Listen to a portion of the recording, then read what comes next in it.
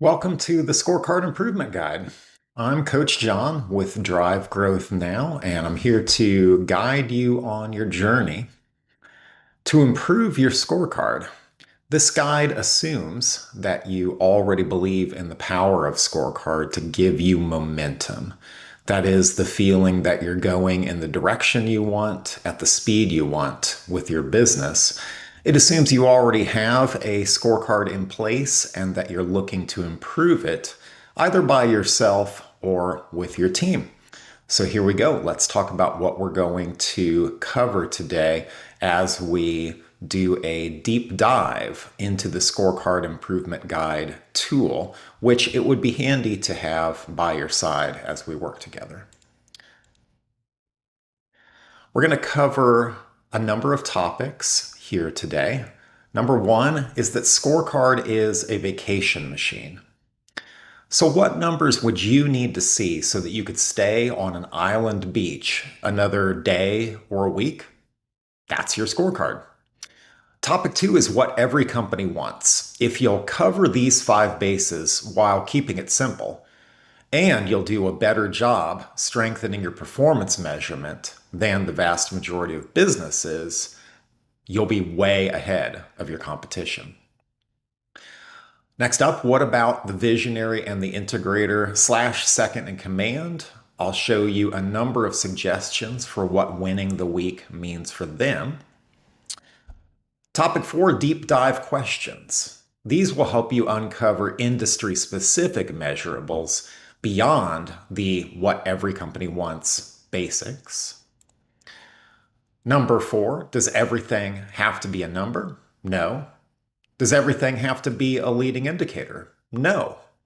Rocks and scorecard, a couple of wisdom pearls that will open this up for you.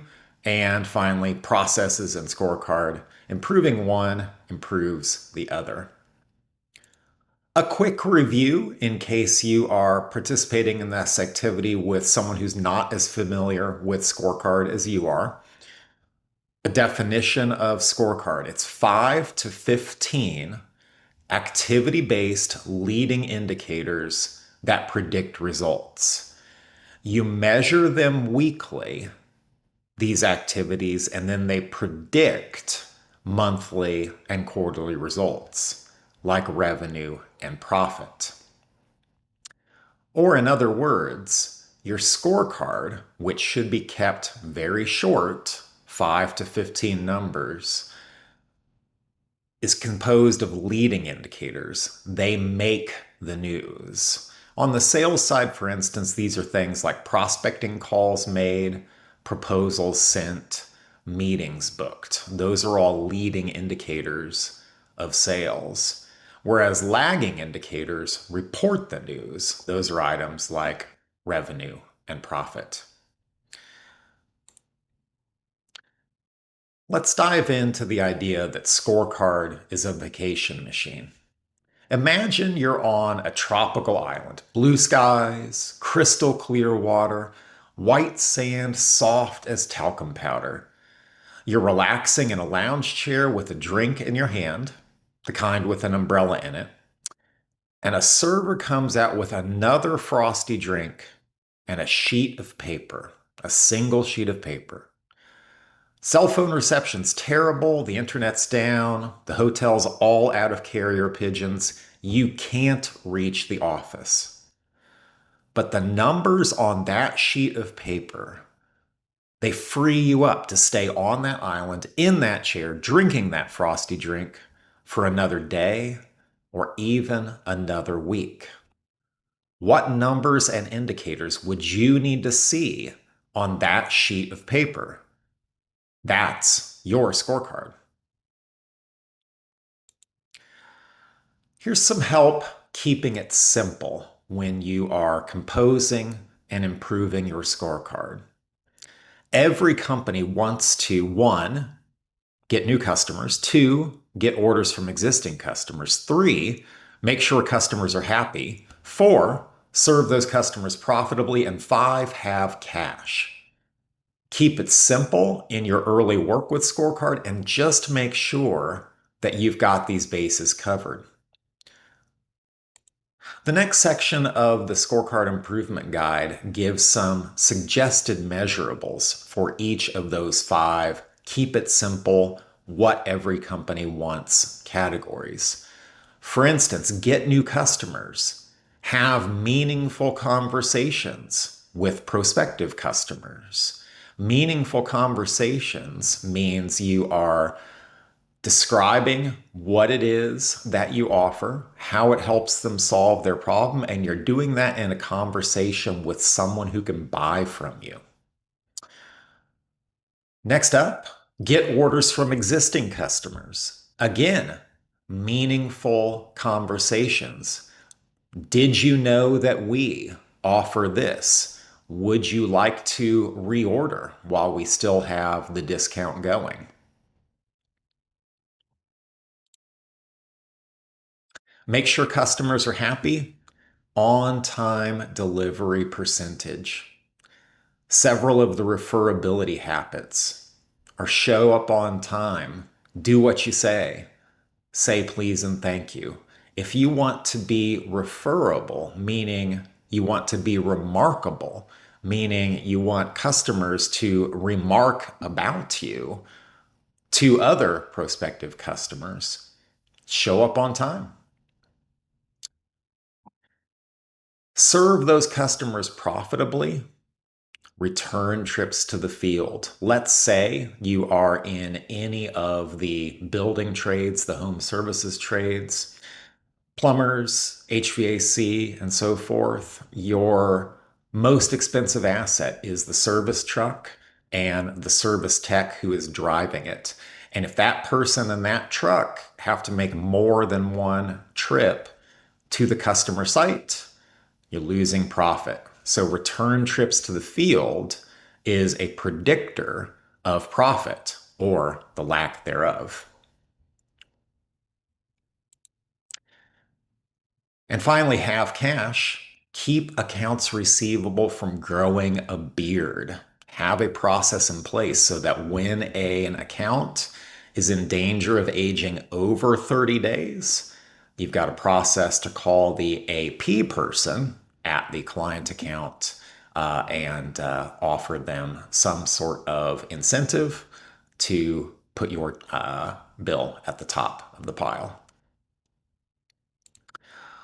What about the visionary and the integrator slash second in command? What are some meaningful win the week numbers? How do we know that the visionary, whose job it is to be out of the office as much as possible, going after the next opportunity, how do we know that they are succeeding? Well, how about this?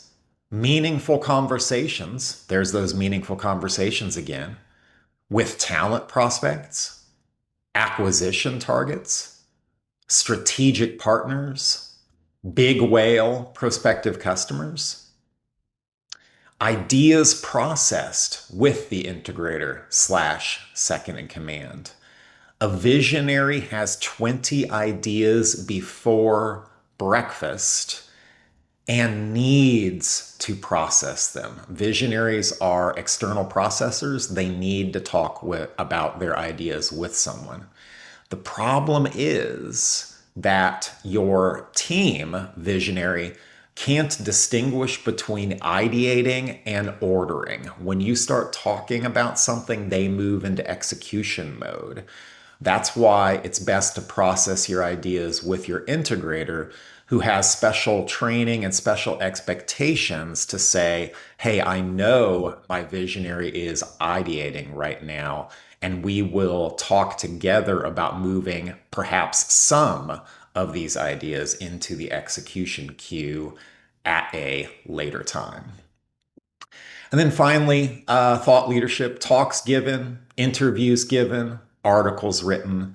Those are ways that the visionary can force multiply themselves, being out of the office, going after the next opportunity via thought leadership, via sharing the vision in talks, interviews, and articles. Next up is the integrator. How do we know that the integrator is winning the week? When their job is to execute with excellence on the current opportunity. Well, I suggest the weekly meeting rating. Say you are running the level 10 meeting in the Entrepreneurial Operating System, or EOS. Every week, you rate the meeting 1 through 10, 10 being great. How did we do this week? Man, the minimum acceptable rating is an 8, and I'd really like to see it go higher. As I've covered in other material and in other videos, the level 10 meeting is the Jesus nut of the EOS execution system. Everything revolves around running an excellent 10 out of 10 rated level 10 meeting each week. So let's hold the integrator accountable for ensuring that that meeting is as close to a 10 out of 10 as we can make it every week. Next up, the number one reason we're in the weekly level 10 meeting is to solve issues, to set them up, knock them down, and make them go away forever. Off-track rocks, off-track scorecard items, fires getting in the way of executing on our quarterly, annual, and 3-year plans this week. So let's keep track of how many issues we're solving. Bonus points, rate them for meaningfulness. Sometimes people solve issues like the color of the napkins at the annual employee appreciation dinner. That's not what we're talking about. We're talking about real business problems getting in the way of our goals. Coaching conversations. How often is the integrator coaching their team to level up to more GWC, their seats, with every passing week in this company? And then finally, talent prospect conversations. It is hard to find good people when you're not working constantly to find good people. So I would like to see the integrator in weekly activities to go out prospecting in the talent market and begin to attract people to our company. Because, as we know, the best people, they've already got jobs, right? So you got to convince them to come over your direction. All right, next up.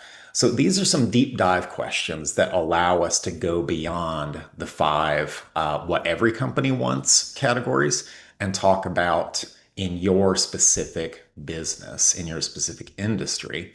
Question 1, what makes for a great week in our business? What makes for a bad week in our business? What's the magic that this team creates? Who is our real customer? And what do they need from us? What's the one thing you do that drives value for internal customers? And when I say you do, I mean go around the participants in the room and ask them, you individually, what's the one thing you do that drives value for internal customers?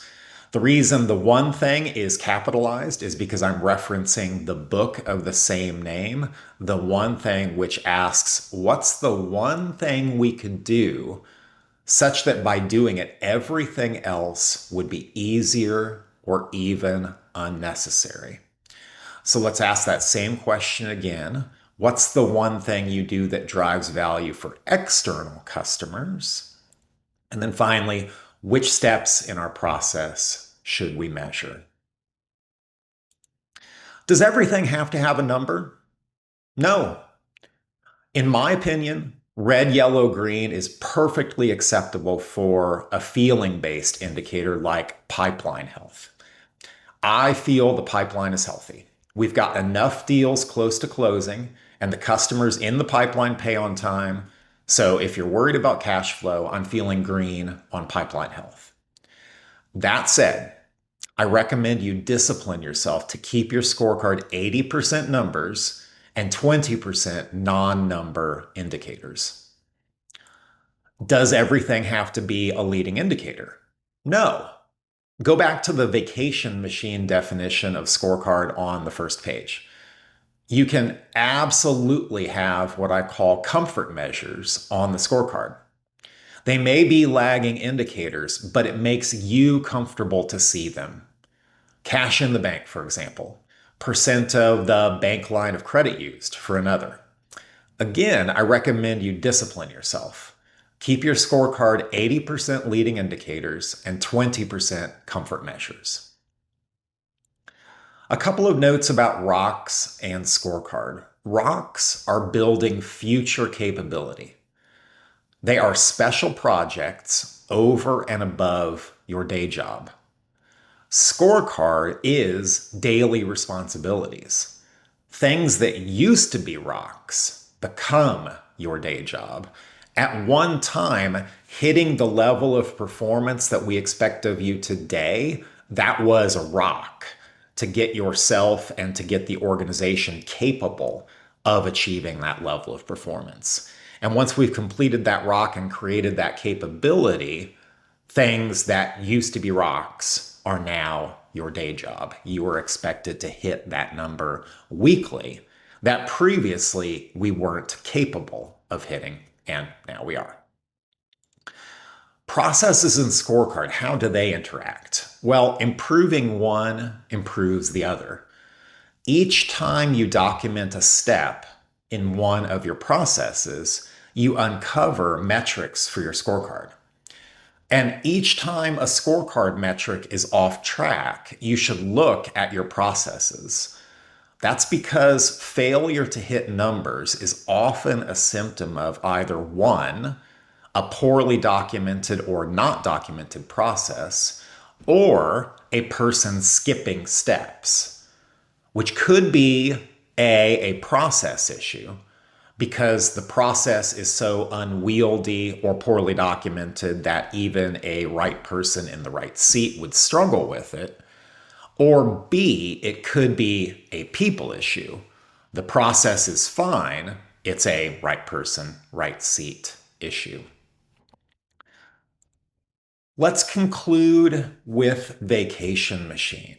Scorecard is a vacation machine for you, the business owner, for you, the executive team, for every person in your company. Remember, I said that scorecard is that sheet of paper that you could see from the island that would make you comfortable. You could stay on that beachy island for another day or another week. Let's establish company scorecards, departmental scorecards, and team scorecards that are so strong and so clear that it enables anybody to plan in advance that we've got our scorecard numbers on track. They will be on track this next week, and therefore I can take a well-deserved and indeed business-boosting rest, come back rejuvenated, ready to take on the world. This has been a Scorecard Improvement Guide from Coach John at Drive Growth Now. Good luck improving your scorecard.